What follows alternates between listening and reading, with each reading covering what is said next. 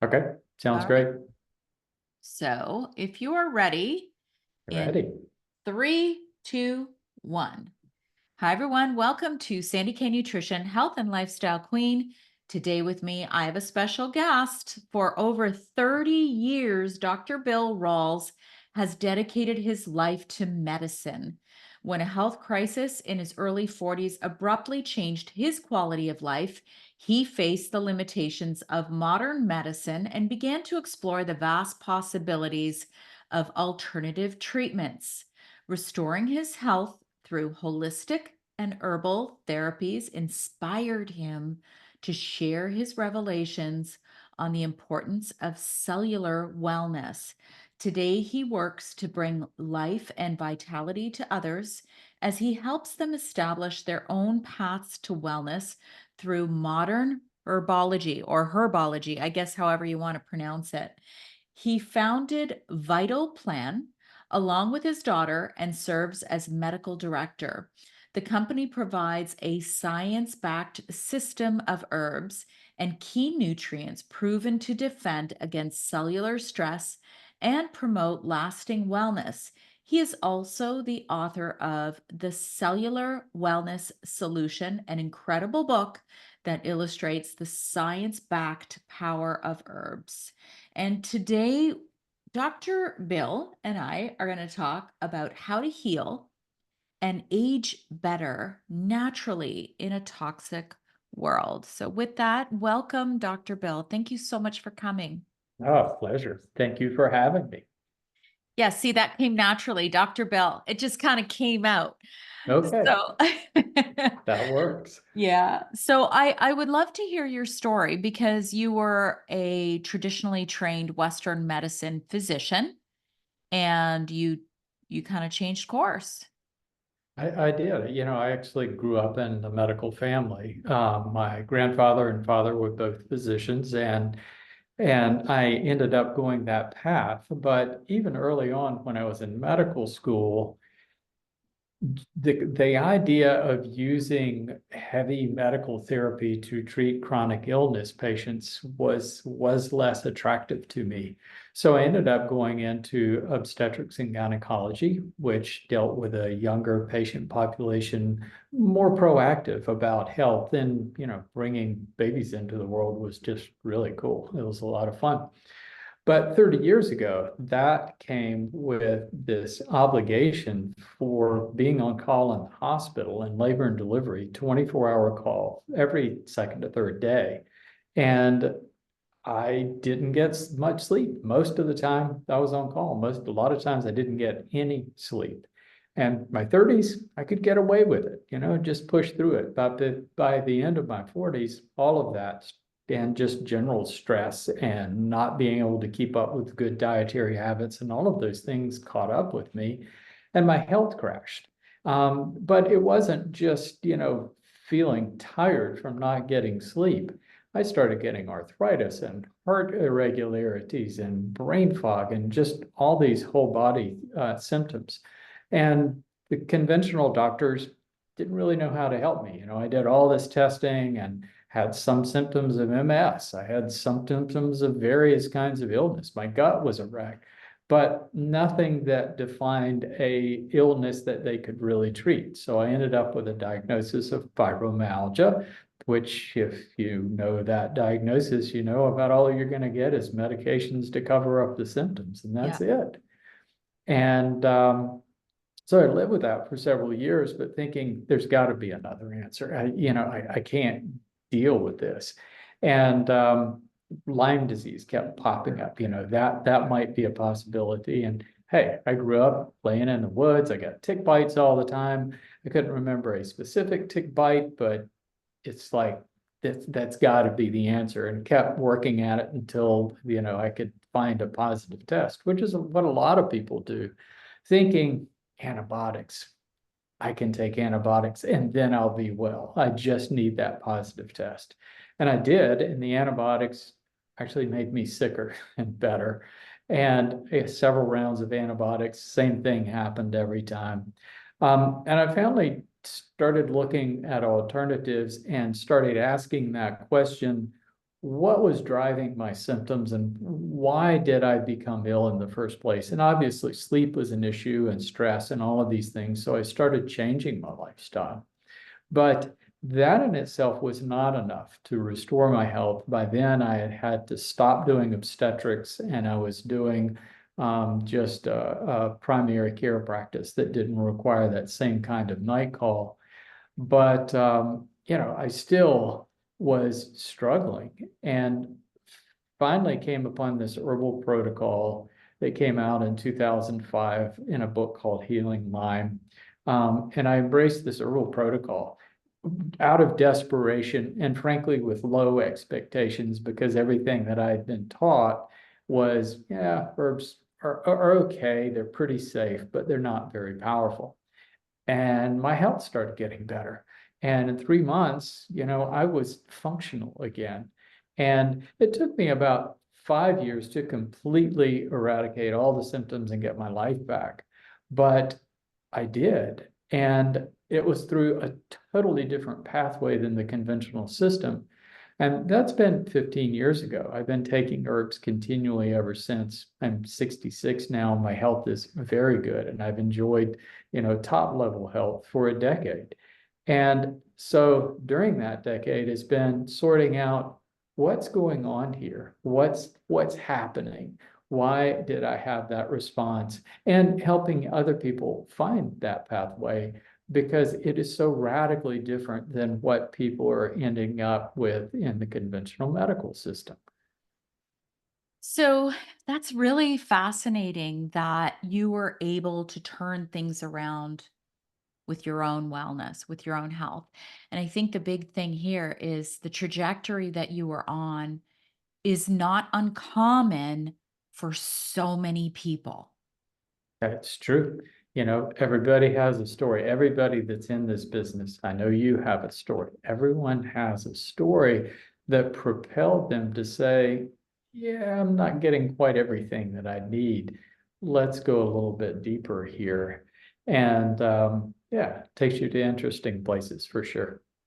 It really does because well, you obviously you know my story, but I had my thyroid removed and I was told I'll take one pill and I'll be fine. And I'm not anti-Western medicine.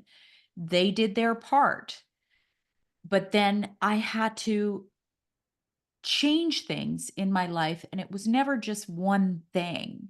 It was like you were saying, the sleep had to improve. I had to address stress. I had to do multiple things, but I could only get so far with that one little pill that was supposed to act as my thyroid gland. Yeah. So I think that what you're doing is great because more and more people, when they actually realize, okay, I'm on a trajectory that's not great, and it typically happens around midlife. And I do believe that everyone has a different resiliency.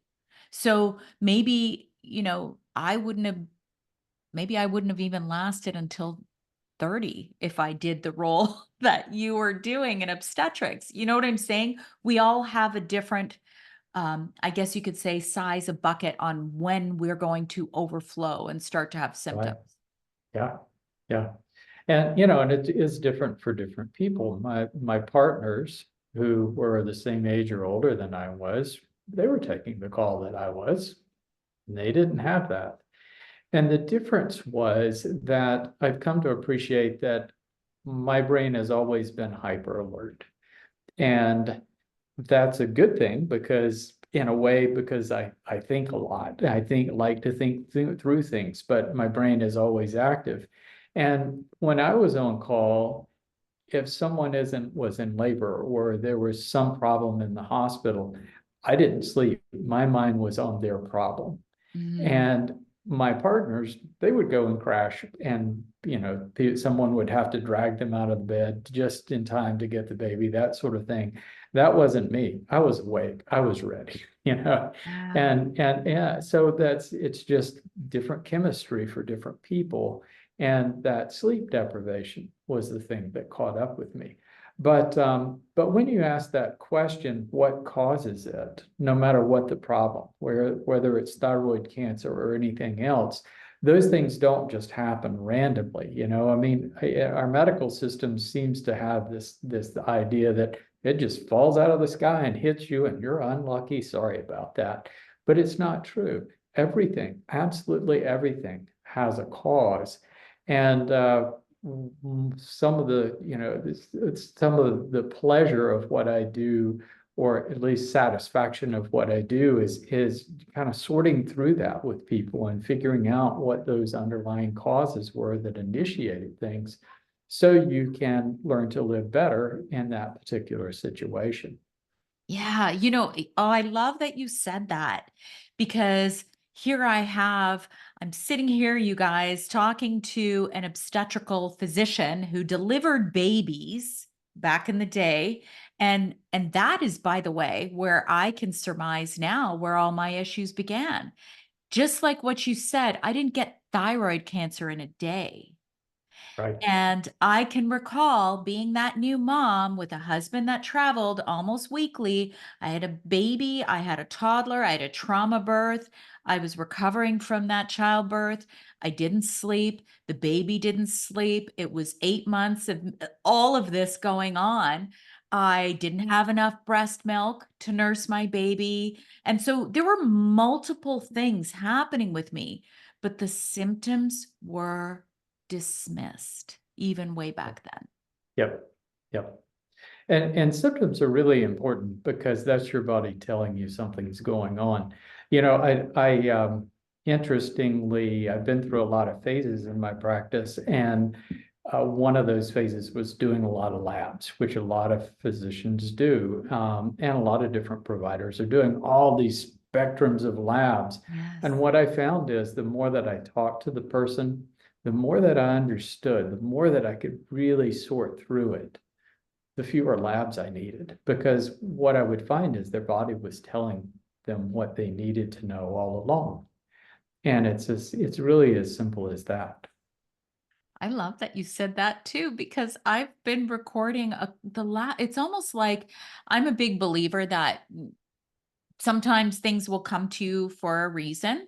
And I've been recording a few podcasts now that we talked about symptomatology and really understanding what our body is saying to us.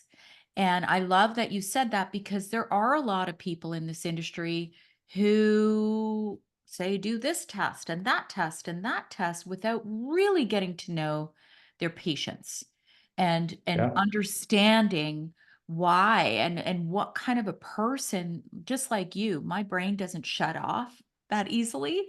It's very difficult for me to just shut it down. And it's Yep. usually going a mile a minute. Well, I also know that's one of my weaknesses is my nervous system because Yeah. I'm always on. So I have to protect myself from possible issues that could come. And it's all about prevention and proactive, right? Yep. Because I know that about my own physiology. Absolutely. That's a big part of it. So you want to go a little deeper into what a symptom is. Yeah. All Yeah, let's right. do it. All right. We don't think about it this way very often, but the book, the Cellular Wellness Solution, it was this journey that's taking me to a place of understanding the body as a collection of cells. And when you do that, you open the door to absolutely explaining and understanding everything.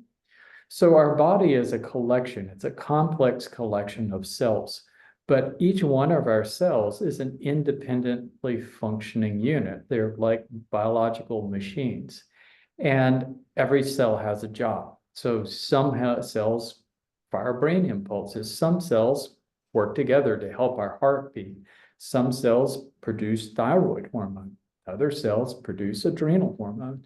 But absolutely everything that happens in the body is a function or results from the actions of cells. Absolutely everything. So you can define everything about the body in terms of cells. So all of these little independently functioning units have to work in synchrony for us to work as a whole body. So that's what hormones and messengers are doing. So the brain is constantly monitoring what's going on inside and outside the body and using nerves and hormone pathways to regulate and synchronize cellular functions to that particular activity going on. So that's constantly changing, and things in the body are constantly changing, and our cells are constantly working. If all of your cells are healthy and functioning in synchrony, you'll feel great and you won't have symptoms. But what a symptom is, absolutely what a symptom is when cells become stressed or injured. So, like if you walk out the door and you accidentally twist your ankle, you've damaged cells and tissues in that particular area of the body. And when cells are injured, they send messages to the brain. They release chemicals that activate nerves that alert the brain that something's wrong. So we can take activity. So we can say, okay, don't need to step on that ankle because it's injured. We need to give it a break there so that can heal. So it doesn't matter whether it's a heart symptom or a brain symptom or any symptom in the body, it's a reflection of cells that have been stressed or injured in the body. So your cells are always talking to you. They're always giving you feedback. And a lot of times we ignore symptoms. So any symptom, fatigue is a symptom that would define cellular stress throughout the body. All of your cells are being overworked and they're tired and they just can't keep going. So you get fatigued. That's a symptom. And when you look at hormone imbalances, that's a symptom. So if your cells are all stressed throughout your body, they can't produce hormones as well. And things start breaking down, those communications. So all cells have to talk to one another for it to work together. And if those communications start breaking down, then everything in the body starts to go south. So thinking in terms of cells and what our cells are trying to tell us is so remarkably important. That makes sense. Now, one of the things that I have always thought of is we can have, just like you were saying about the ankle, there's acute symptoms and then there's chronic. So maybe explain, because people will say, well, I'm tired sometimes, but not all the time. But, you know, how do you help patients figure out whether it's something they really need to address deeper? Yeah, yeah, we do. We all have symptoms and they come and go. Yeah. So certainly symptoms that aren't resolving. But I go through an exercise of whenever I have any kind of symptom, mild or otherwise, I start changing my thought patterns to go, okay, what's stressing? What is that? Where is that cellular stress and what's happening there? And what am I doing in my life to initiate or cause that symptom? So the difference in acute symptoms are we can usually identify that pretty easily. We tripped and we fell and we hurt ourselves, or an acute symptom of chest pain, you might have blocked a coronary artery. And that's where our conventional medical system really shines, Yeah. is acute intervention for these problems. And it's because we're addressing the direct causes. You break your leg and we go in and we fix that. So we're really good at that. But the problem is with chronic illness, it's not an acute stress that resolves. So let's look at a problem like a broken leg. Say the person is healthy and they break their leg and they have that symptom, and so we go in and help the body heal by setting the bone, putting a cast on it, and protecting it so the cells can heal. So what healing is the ability of cells in the body to recover from stress and rebuild. That's really important. We don't think about healing that way either. But it's like with a broken leg, there's cells inside the bone that are constantly restructuring and rebuilding that bone, and cells that are knitting the skin back together. So all that's being done by cells. So if you have chronic symptoms, symptoms that just stay and don't go away, what that says is there's chronic stress in the body that those cells aren't able to recover. They haven't had that ability. Mm-hmm. So breaking it down to just a little bit simpler, this is the formula for wellness, the absolute formula for wellness. All right. Let's hear it. So when you look at the body as cells and you look at illness of any kind as either acute or chronic stress, then you define, well, what is it that cells need to be healthy? That's a logical question. So all cells need 5 categories of things. That's it. And if cells don't get those things, then they're stressed. Things break down. So the first category is they need the right nutrients. Cells need nutrients. So vitamins, minerals are things that cells need to do their job. It's like thyroid hormone needs iodine. It's a nutrient that those particular cells need. Cells need a source of energy, carbohydrates or fats. They need to be able to make the machinery that does the work. That comes from amino acids, building proteins. So proteins are kind of like, that's how you make the machines that help the biological cells work. So they need the right nutrients. So eating a whole food, diversified diet is going to give all your cells the things that they need to function. So we need that good diet. Processed foods, refined fats and carbohydrates just overload our cells with energy, but they don't give us the spectrum of nutrients that we really need to function. So the right nutrients. Cells are little machines. They need a clean operating environment. So when you look at toxic substances, whether that's natural toxins like mycotoxins from mold, or whether it's all the petrochemicals and things we're getting from plastics and nanoplastics and microplastics, what all those things do is basically inhibit cellular functions. So they get inside our body, they get inside our cells, and it's kind of like throwing sand into a motor. You know, the motor can work, but it has to work harder, and it's going to run down and burn out faster. So that's what environmental toxins are doing to our cells. So they need a clean environment. The cleaner environment, the better. They need downtime to recover. So our cells are working. They're hard at work. So they get wear and tear. They're burning themselves out.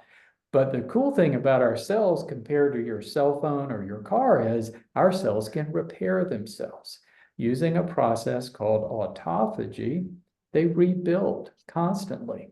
But if there's ongoing stress, or they're not getting the nutrients, or they just don't have downtime, they don't have time to recover.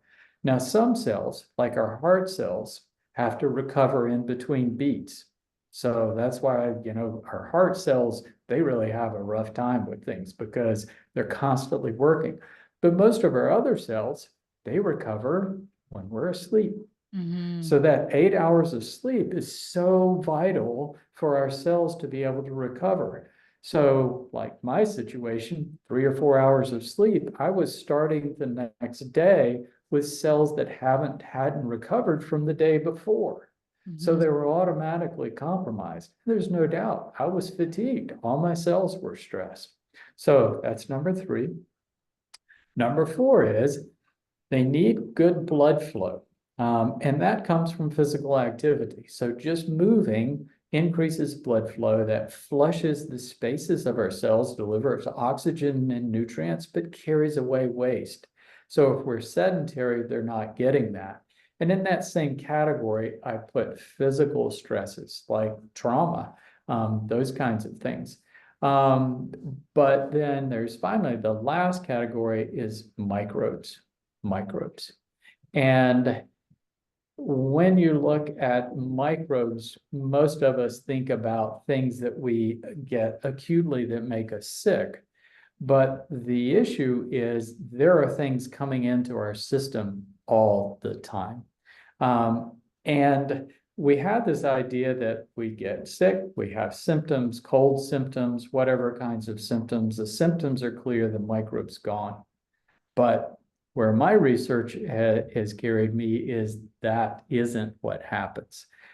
Every time we have a microbe encounter, from the time we start putting stuff in our mouths when we're kids, throughout our lifetimes, just hundreds, thousands of microbe encounters. Some of them get through and they become dormant inside our cells, inside our brain, inside our heart, inside all the tissues in our body.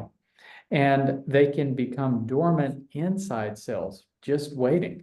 If conditions aren't favorable for microbe growth, they can just become dormant and wait it out. And a lot of these low-grade things that we're exposed to, including all the tick-borne pathogens, they can get in the body and become dormant and just wait it out. And they're just there. And so then you go through not having sleep, a difficult labor and delivery, and all kinds of other kinds of stress, and not quite eating the right diet. And all these factors add up, and these microbes start reactivating and start breaking down our tissues.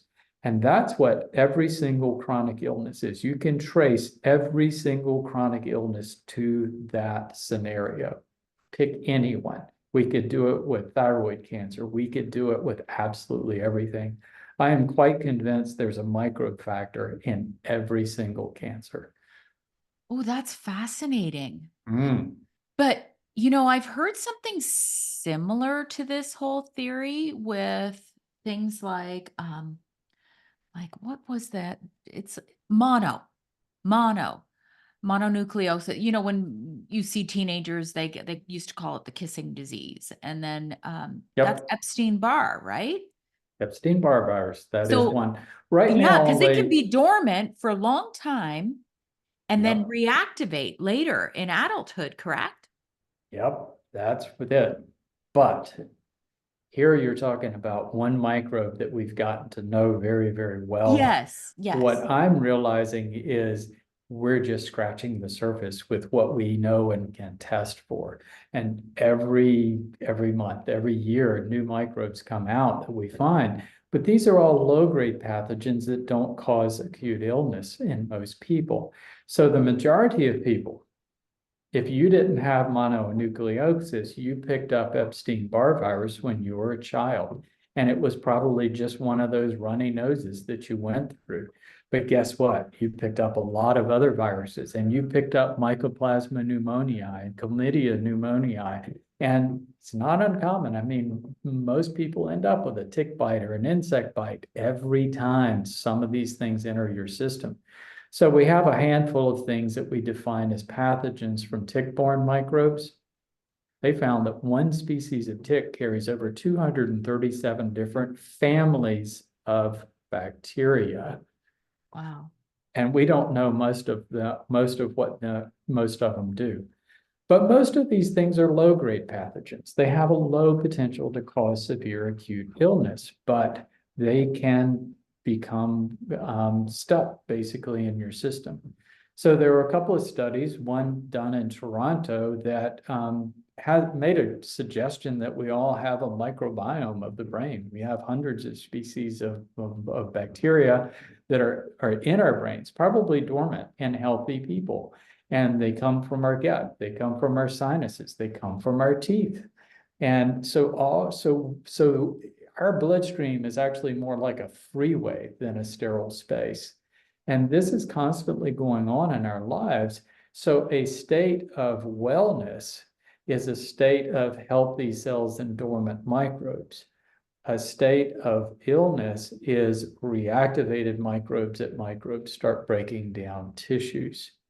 And when we look at cancer, so right now, only 20% of cancers have been defined as being directly linked to a microbe.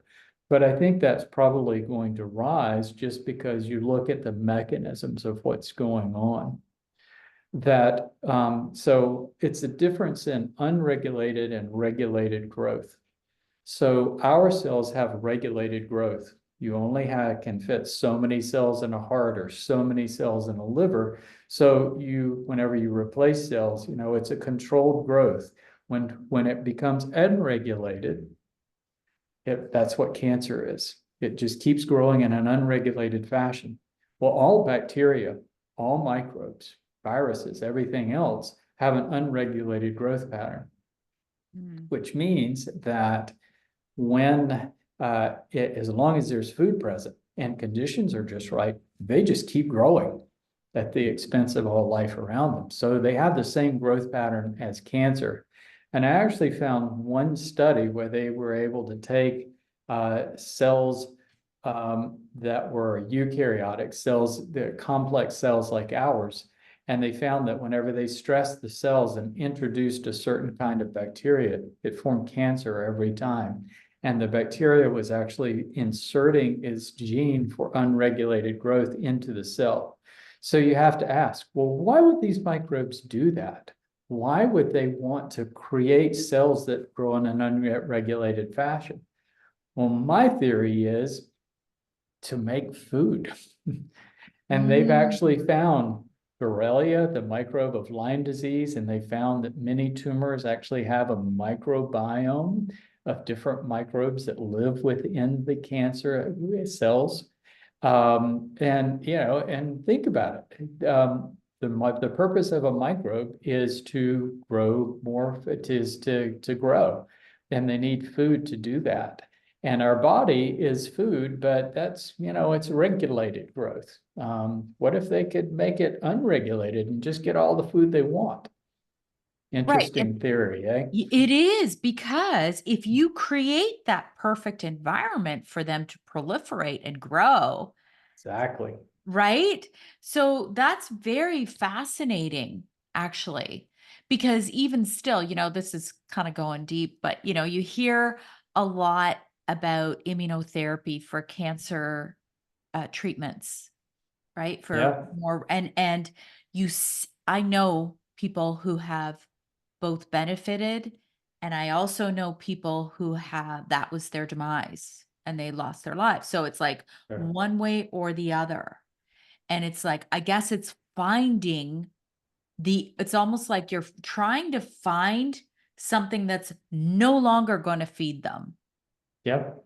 And it's going to help your own body to overpower those microbes. Exactly. Yeah.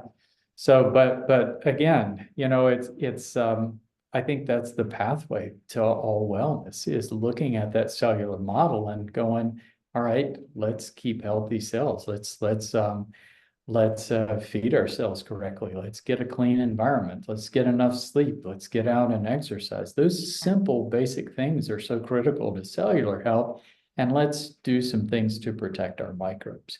So keeping healthy cells is a big part of that. But that's where herbs come in, is giving us an extra level of protection against microbes.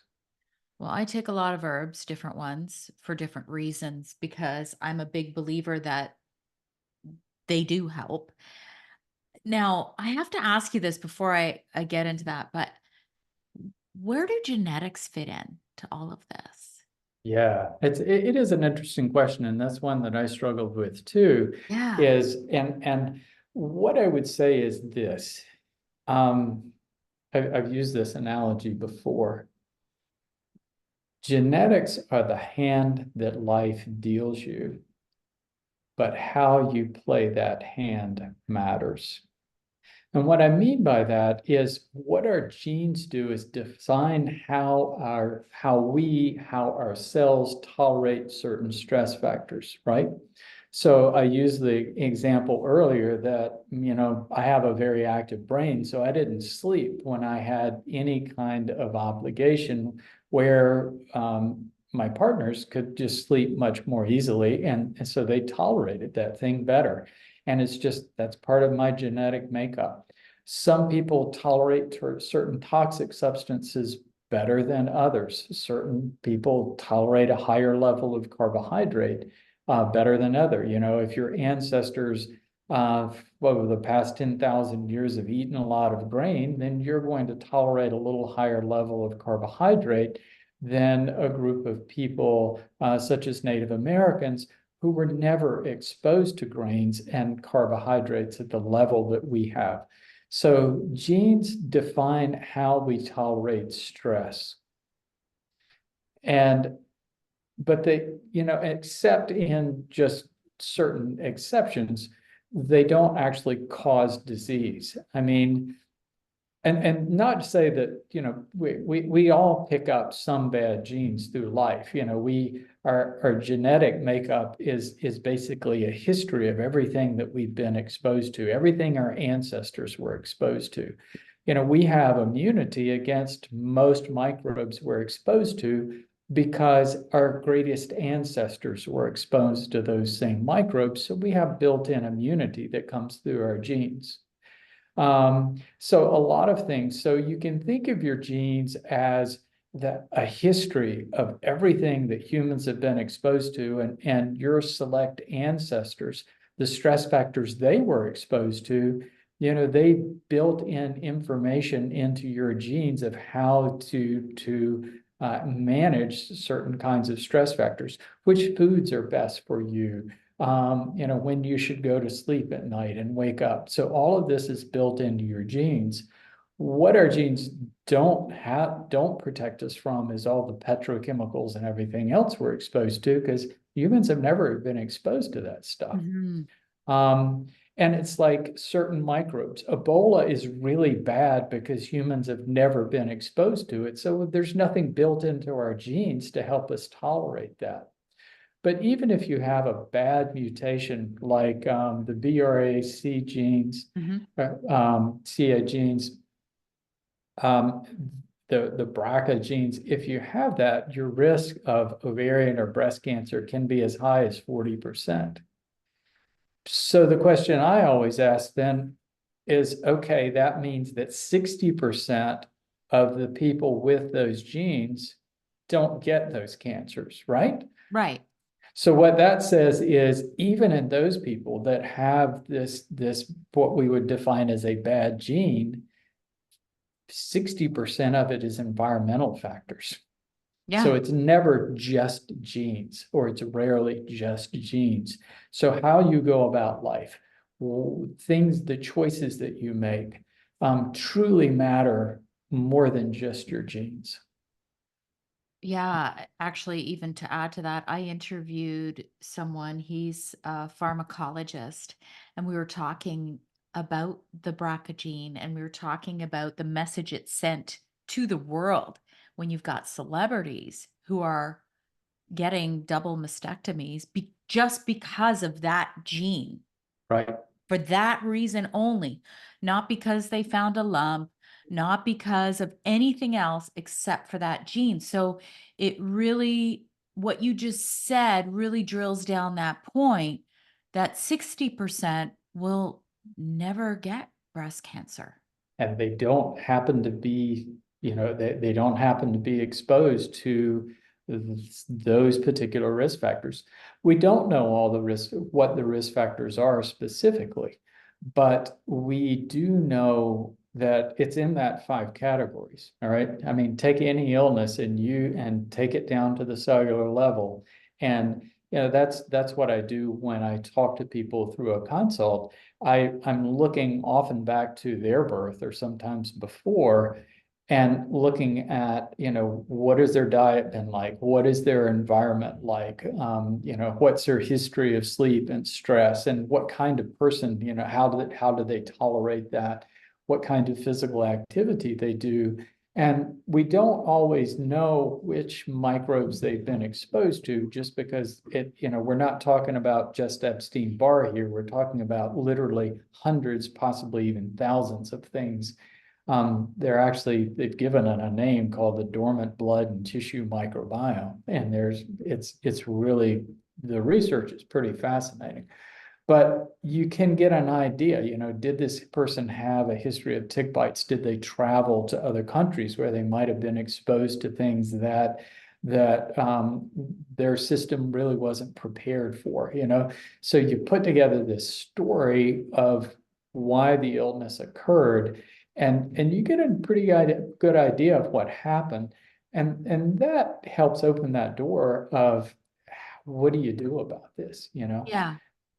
I have to ask because I'm sure anybody who's listening to this podcast will have this question. Antibiotics. We know there's a place for them, and there's obviously a place for them, but I'm going to give you a real life story, and this is probably interesting for anybody listening. When my daughter was very, very young, she began with eczema. She began with all of these symptoms, chronic ear infections. And this is way back before I was in this space of wellness. Right. I can't even tell you how many times she had been on antibiotics by the Yeah. time she was 2 years old. And now, when I research antibiotics, I'm reading that it can change your microbiome for months, it can change it for years, it can change it forever. What do you think about this, Dr. Bill? Yeah. You know, and I'll tell you right up front, I think there's a place for every drug and every medical Yes. procedure. And when penicillin came along in the 40s, 1940s, it was a true godsend. You know, it opened the door to treating horrible infections, pneumococcal pneumonia, wound infections, kidneys infections that we just really didn't have any good tools for. But you have to respect what it's best for. So an antibiotic is best for an acute infection with fast growing bacteria. So that fast growth rate is really important for the antibiotics to work.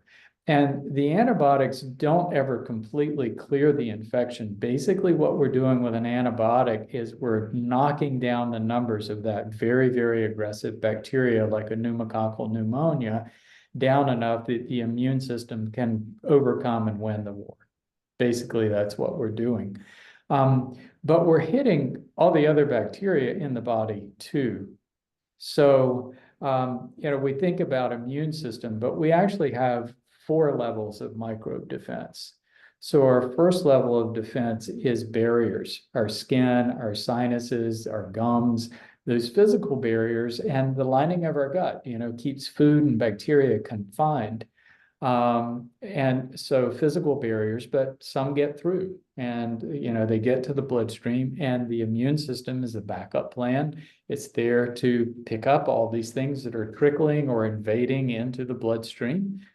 So we need our immune system. Our third level of defense is our cells. Our cells can actually defend themselves. That process of autophagy is actually good for destroying invading microbes. So we have more than just our immune system.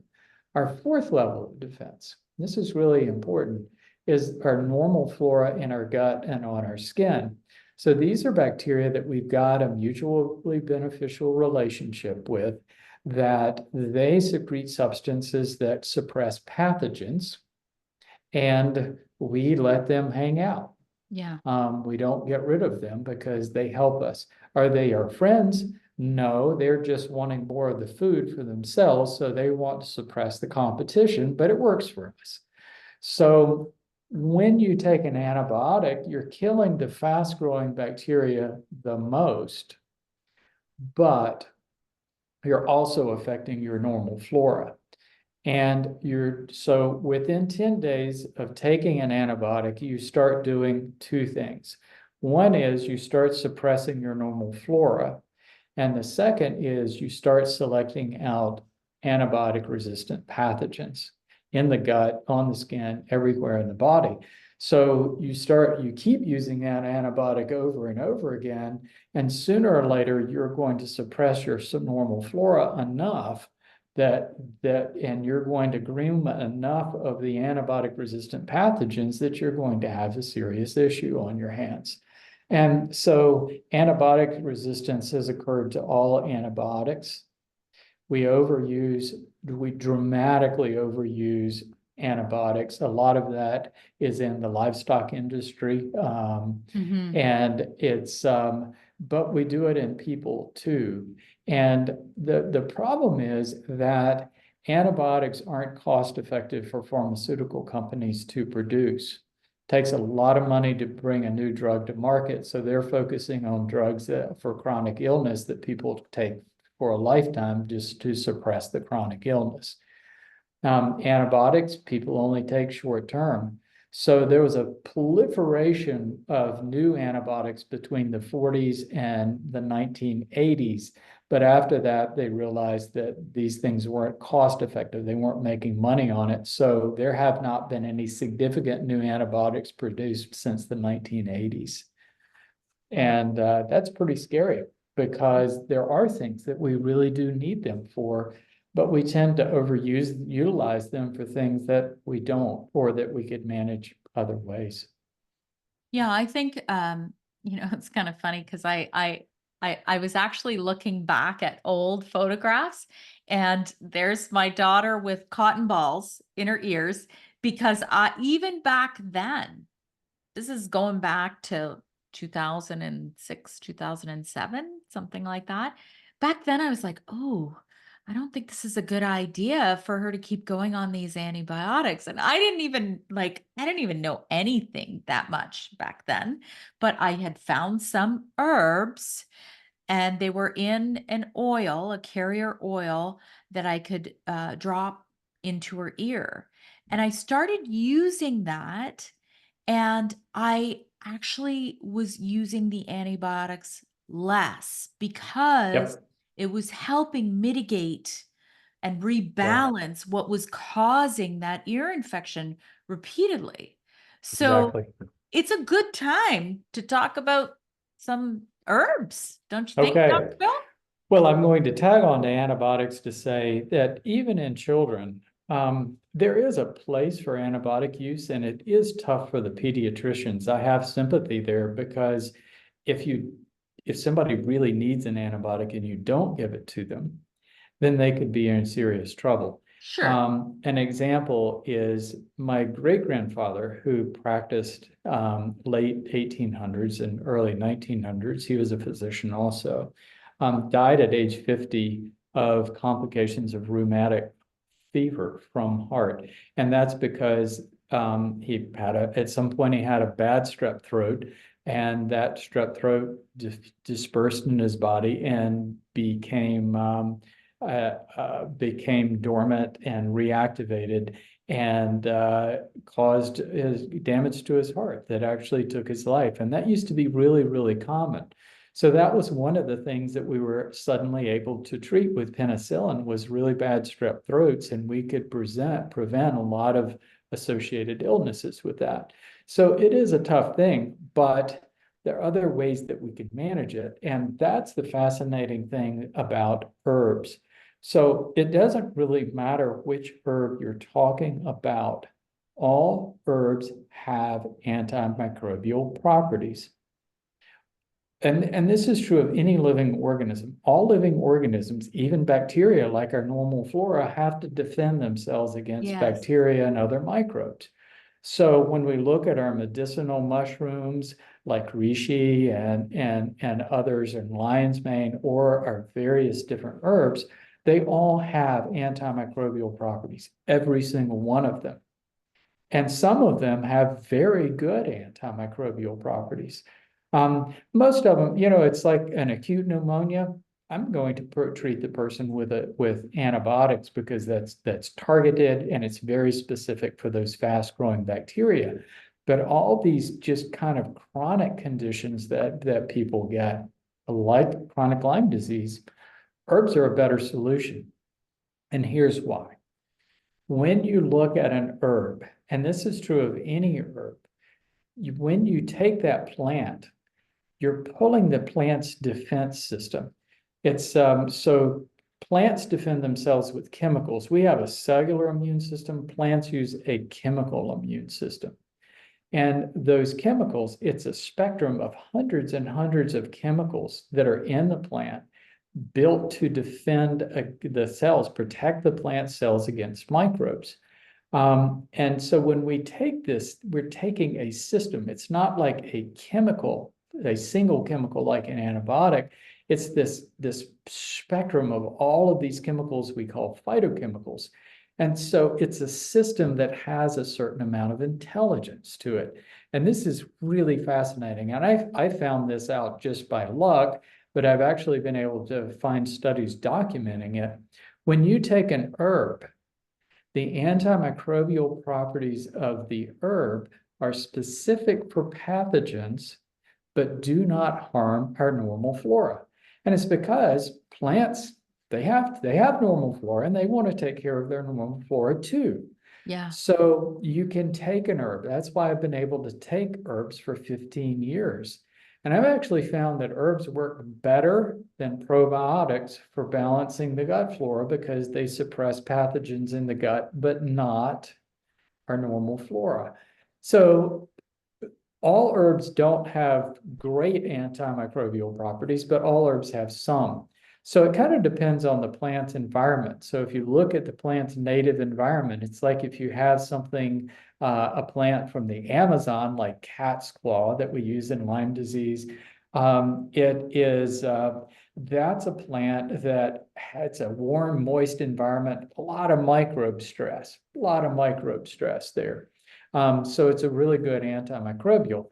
Whereas if you look at one of our adaptogens like rhodiola is from Siberia, cold, harsh climate, not as much microbe stress there. It has some good antimicrobial properties, but not nearly what cat's claw does. But wow, is it good for helping you adapt to physical stresses? So that natural environment can help kind of define what that herb is really going to help you for the most. But so all of these but the plants, you're not getting just antibacterial properties. It's against bacteria, viruses, protozoa, yeast, everything. So some of our antimicrobial herbs, Japanese knotweed, Chinese skullcap, are just wonderful herbs. All of our adaptogens like ashwagandha, good for regulating thyroid function. It has some great antimicrobial properties that are often overlooked. So a lot of what the herbs are doing is actually suppressing these pathogens that we've got kind of stuck in our system that reactivate from time to time. But the plants don't stop there. What you're getting from that complex phytochemistry is protectants against free radicals, against the toxic effects of eating too much carbohydrates, against radiation, against toxic substances.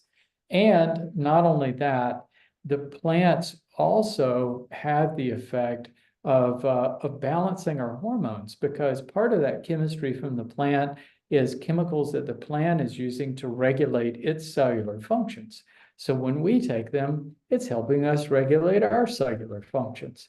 So the herbs, wow, do they have some wonderful effects in the body? That does sound incredible. And like I said, I'm sure if I'm looking at my cabinet right over there, I have some Chinese skullcap, I have some A good rhodiola, one. I have some ashwagandha. They're great. But I have to ask you about one that a lot of people know about is oregano. So you know how you were saying earlier that they will not destroy other bacteria or microbes if you take them. It just kind of rebalances the body.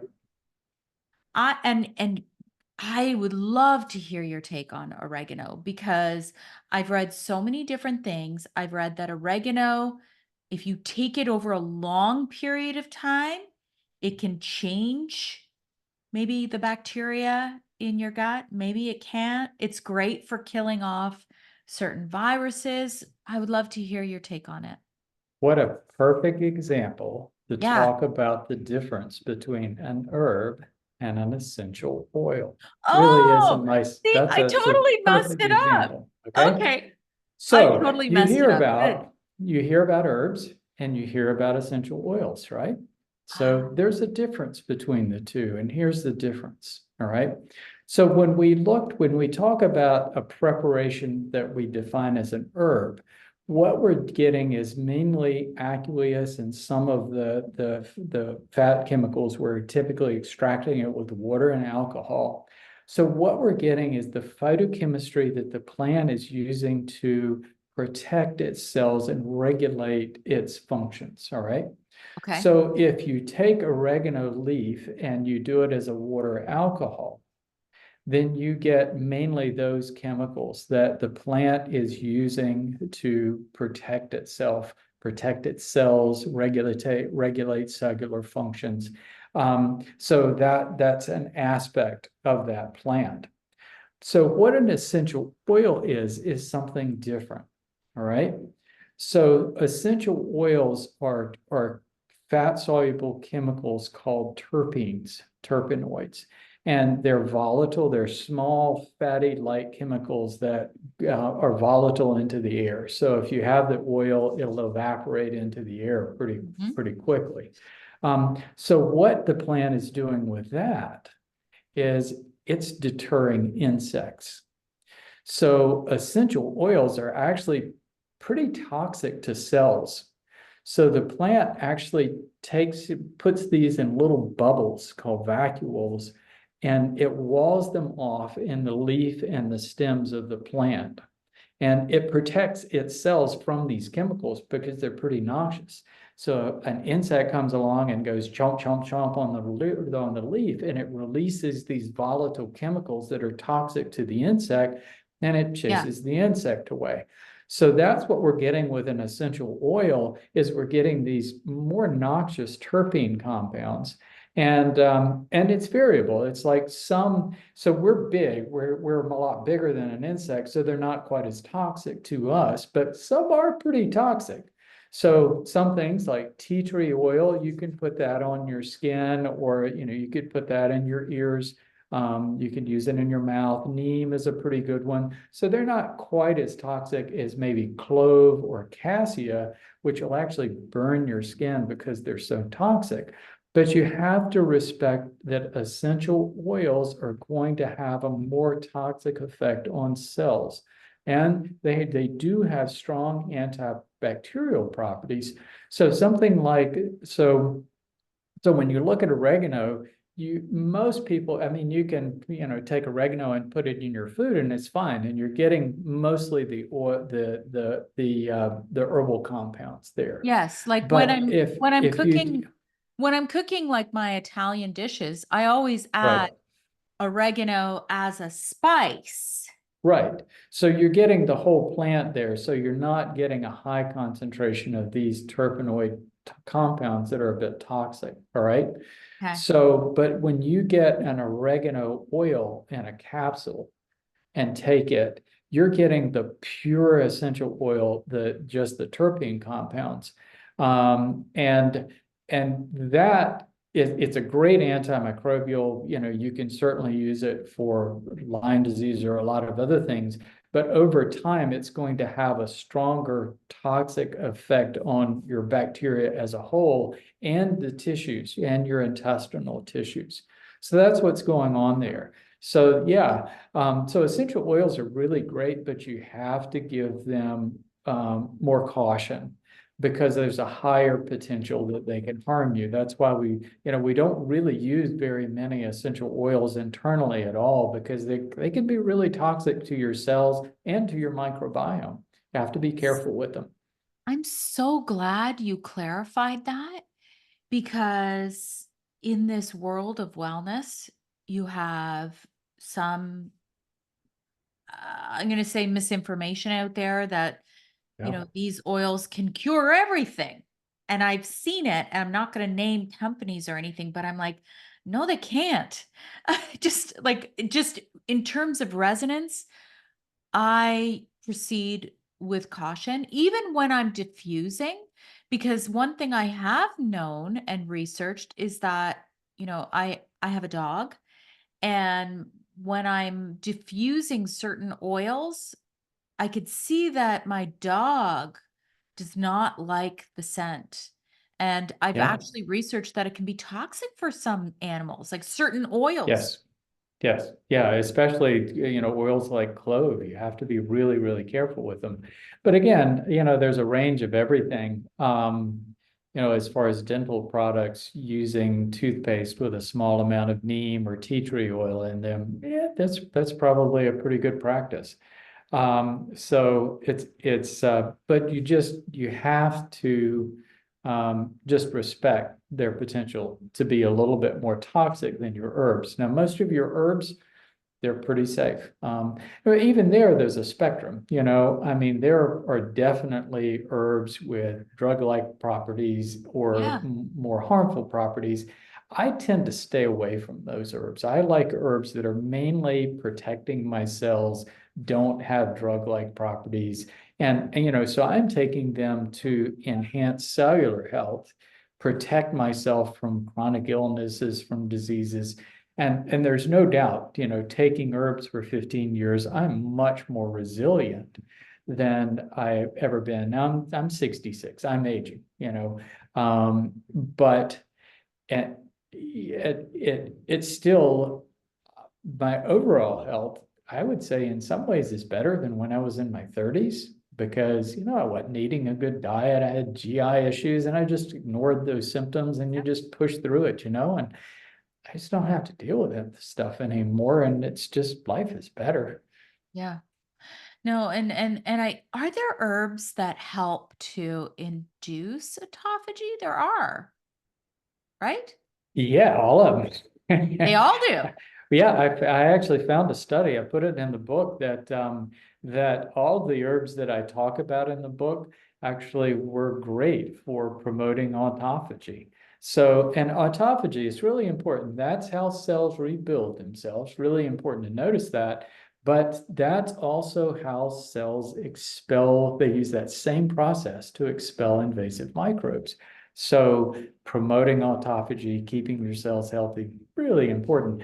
But the herbs do that. Yeah. And there was a study that showed a wide range of herbs because they're protecting cellular functions from stress.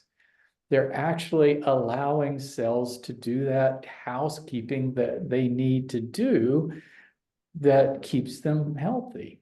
So they promote autophagy by decreasing cellular stress, and that allows the cells to function better. Mm. And I think herbs can be a little bit overwhelming for some people. So it's great. Okay.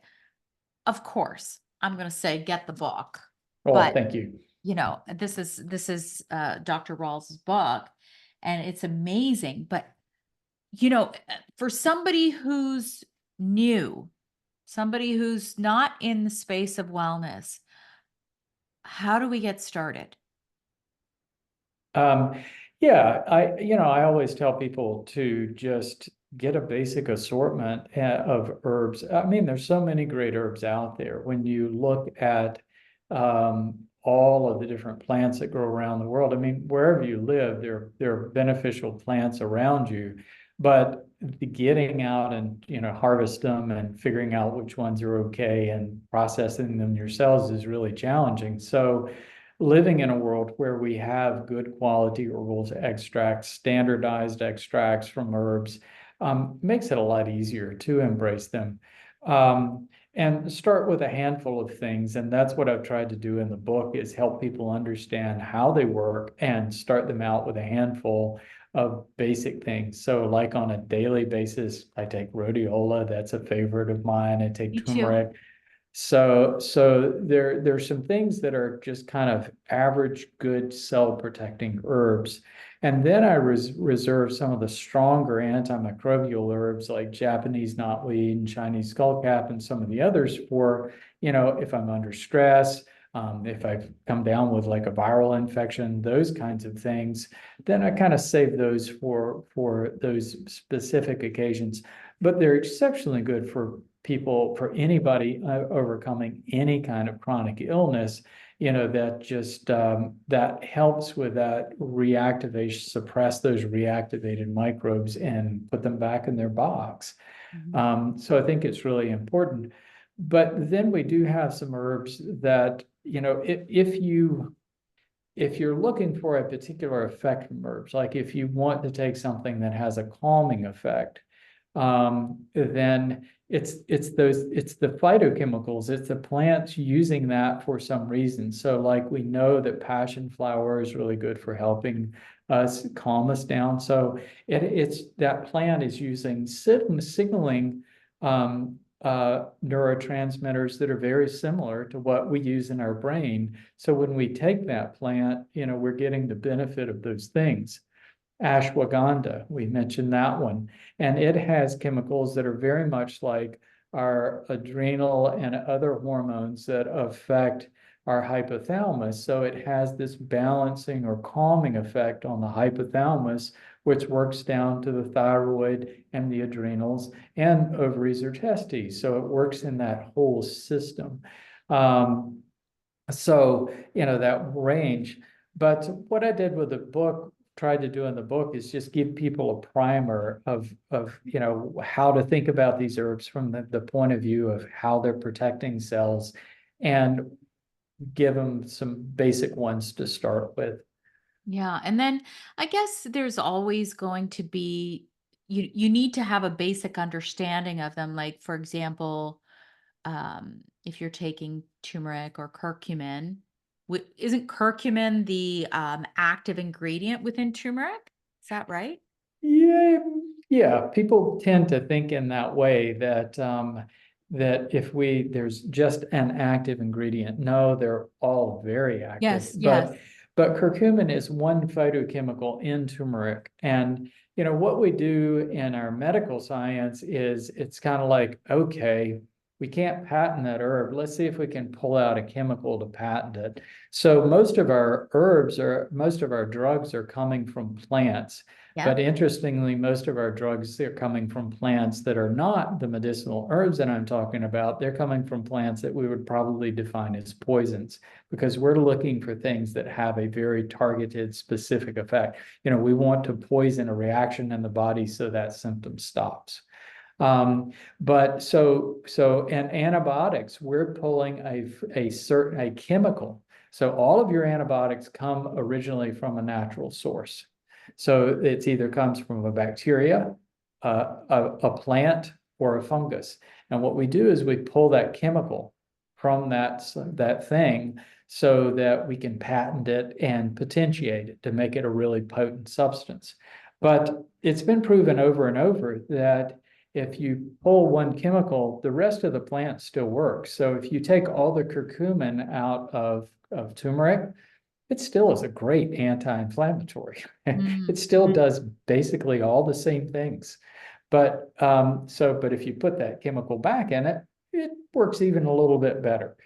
So I It's like the to whole plant. encourage people to take, except for limited, there are a few incidences where, that's not the case. But most of the time, I encourage people to take the whole plant, because they're getting that full spectrum of the benefit from that whole chemistry, that whole system coming from the plant. That makes sense, actually, because even if you look in the world of nutrition, I always encourage eating whole real foods. Don't go and peel the apple. Eat the whole apple. Eat it with the skin. It's meant to be eaten whole, not, parts of it. It's always going to be healthier for you if you do that. So that same I rule applies with food. Yeah, it does. I think that's a good point. Here's another thought, just to build on that a little bit. When you eat a whole food, a whole apple, you're getting whole cells. So the carbohydrate, an apple has about 25 grams of carbohydrate, but all that carbohydrate is inside cells. And every one of those cells, the parts that the cells are made of, are important nutrients for our cells. So a whole food is a whole source of whole cells, and all of those parts of those cells are important, as opposed to a donut, which is made of raw carbohydrate and fat that's been extracted from the cells, and you're not getting all those benefits. Right. So yeah, those whole foods are really important. Yeah, I'm with you. I'm with you. Please, Dr. Bill, let us know where we can find you. And I will have all the information in the show notes. This has been a great conversation. We've hit Well, thank past you. an hour. It's fun to share these things Yeah. because, it's so easy to talk about them now, but it took me 20 years to get there of asking these little questions of like, what if? Yeah. The book is on Amazon, of course, but you can find it at really any bookseller. And I work through a company that I started with my daughter that we create herbal products, but more specifically, herbal pathways and recovery pathways for people struggling with various kinds of conditions. And that is vitalplan.com. You can find the book there, and we're on social media. So lots of resources out there. It's been a great conversation. Thank you so much for coming. Oh, my pleasure. It's been fun. It was Yeah. a great interview. Thank you. Thank you. Okay, I hit stop there.